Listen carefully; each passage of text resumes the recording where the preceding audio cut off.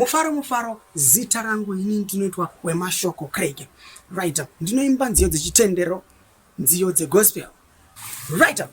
Paripa history yangu, brief history ya kuimba kwangu ndakatanga kuimba muna 2012 andakanga ndichimba reggae kusvika 2018 ndabandamira kuimba reggae ndabandatombosiya kuimba kwacho ndakatongosiya matools ndikasiya mandasiya ndakanda matools pasi ndakanga ndawanirwa nyasha zvakaitwa Paul kana vanoziva shoko Bible vanoziva kuti zvakafamba sei kudanira kwa Paul ndozvakanga ndonyasha dzakatiwira pamutumbi uno ndopandatanga kuparidza shoko muma streets ndichideclare Jesus Christ as the Lord.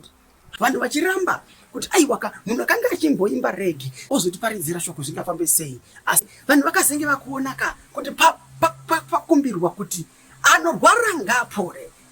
Ande munoona vanhu ndopakazochaka kuzobhiliva kutendeuka kwomunhu kuona nemabasa atakanga takubata. Saka tina kumbomira mabasa kubva 2018 ndawanirwa nyasha chatakanga tamira chete yakanga iri reggae. 2021 ndokubva tadzoka nemusambo wegospel. Album 8 masongo akasangana worship ne praise yacho takati changotaura nezvi. Music yacho inowanika pa YouTube. It's Faithworks Ministries, that's our channel. Mufana kunge muchino subscriber mokwanisa kunge mutona on ma ngirikine zvatakanga tadzoka music industry last year hazina kutimisa kuti ngechibata shoko raMwari. Tiri kupfamba nekuparidza shoko tichiburikidzira nemasermons atinenge tichiita ari kuwanika zvakare pa YouTube channel iyo inonzi Faithworks Ministries. Pa Facebook iripo zvakare Faithworks Ministries, munongotsvaka kuti Faithworks Ministries molaika and subscribe. Pange pari pa Facebook munobva malaika, kana pari pa YouTube munobva masubscriber. Ndo pari kuwanika music yacho yese nemavideo acho ese nemasermons zvakare ari kuwanika ipapo. Hatisi kumira kuparidza shoko, tiri kufamba tichiparidza shoko. In terms of assistance yatiri kuwana kubva kuZIMURA vakomana indakajoina gore rino muna January ndane about 6 months as a member in ZIMURA. The first thing that I've noticed about ZIMURA is it's more than an organization.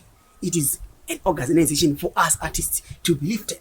You know, its main purpose ndekuti isusuma artists seva chango joina sesu chango tanga kudai to benefit tisumukire. Saka it's more than an organization, it's a family. And it ndo zvandiri kuona kuti aiwa pa assistance aiwa what they say is what they do, what they promise is what they say. Saka ndikuona kuti kumberi koko kuchange kuine manake nekuti ndakafara zvikuru pa AGM yakaitwa isiti month yapfuura.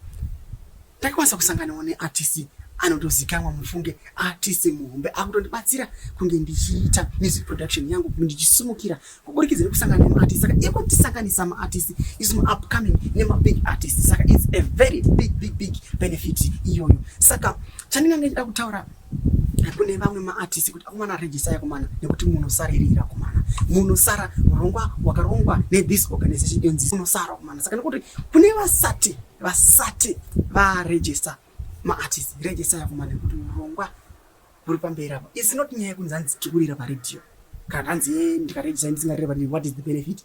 Isusu takangoregister andingate yes there we are played on the radio, but there is a benefit. Iripo pakungoregister chete whether warira pa radio kana hamuna, there is a special benefit because it is a family.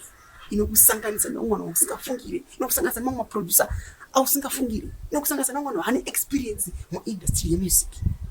Saka it's a big benefit for an upcoming artist kuti uregister ZIMURA. Zvinokubatsira unotenda mangwana indakutanga kutenda but andisati ndane makore ndiri member.